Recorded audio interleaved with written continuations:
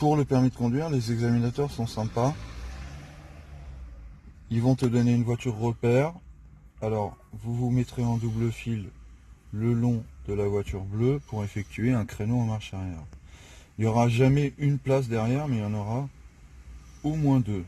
Et souvent beaucoup plus encore. Là, il y en aura. Là, on n'en a que deux. Mais si j'avais une grande ardoise, j'en aurais mis trois, d'accord? Okay. Donc, il va falloir que tu t'arrêtes.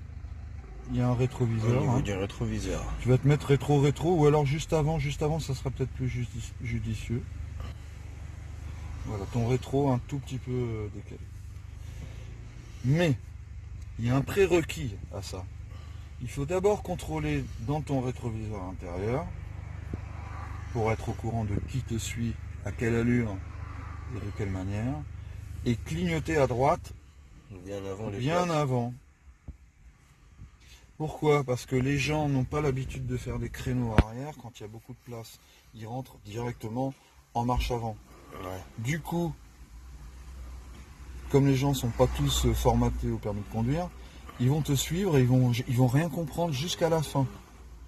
C'est que quand tu vas t'arrêter et passer la marche arrière, car quand tu passes la marche arrière, tu as un feu de recul blanc qui s'allume. Donc c'est là où il se dit, ah d'accord, il va faire un créneau.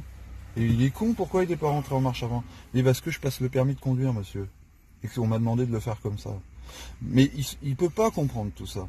Donc toi, il va falloir que tu contrôles bien avant, que tu clignotes bien avant, que tu casses l'allure bien avant, et que tu fasses, tu peux me filmer, tu fasses des gestes comme ça avec les épaules et la tête pour que le mec derrière, à travers la vitre, il comprenne que tu es intéressé, tu peux filmer ça maintenant, tu es intéressé par cette place, et là, tu as une petite chance qu'il ne te colle pas au cul et qu'il comprenne. D'accord.